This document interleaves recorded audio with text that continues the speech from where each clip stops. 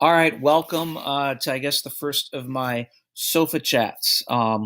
Today we're going to be discussing Groovin High and analyzing the chord progression so that we can better improvise over that. So before we deal with that, I want to just do a brief rundown on kind of the background for this, because remember, in the bebop era, musicians were composing contrafacts. Contrafacts were new melodies based off of existing chord progressions.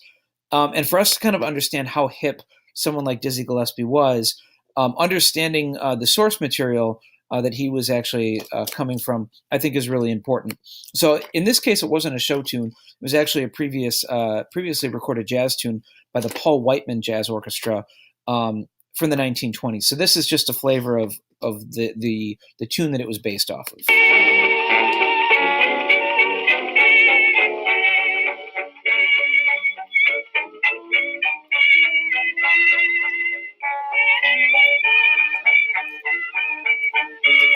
So a totally different era.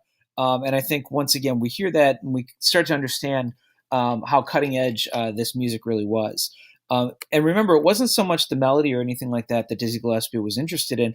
It was the chord progression and the kind of vehicle that those chords lent to improvisation. So let's dig into that. When we're dealing with Groovin High, we're dealing with kind of an approach where we have key centers and two fives.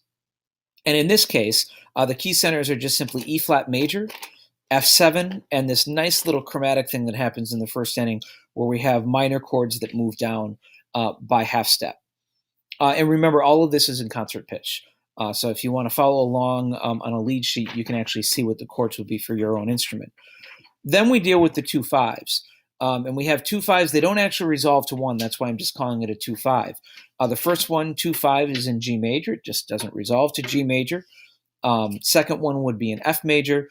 And then the next two are actually in the same key, E flat major. And each of those, it's just the 2 chord and then the 5 chord. So as we go through this, when we deal with the 2 fives, that's where I want you to work out language. That's where I want you to work your 2-5-1 licks. And in this case, we can work the same lick every single time that 2-5 shows up. Play the lick in the key that you see here. And then when we have the key centers, we can improvise on a couple of ideas here. And I like to do really basic stuff at first, like a triad. Just simply improvising triadic ideas, 1-3-5, or a scale. Those are really, really simple things that we can do. Or if we want to be a little bit more advanced and a little bit, let's say, hipper, we can also use a bebop scale.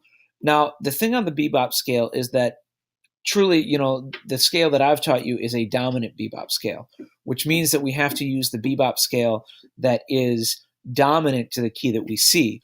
So when we see an E flat major chord, that's not a dominant chord, it's a major chord. So we have to think, well, what would be dominant to that? Well, in the key of concert E flat, concert B flat would be dominant. So I can actually use descending concert B flat dominant bebop scale over the E flat major chords. Now, by the time we get down to the F7, that is a dominant chord. So I can actually use the concert F dominant bebop scale over that. And that stuff works really, really great. So this is a cool chord progression.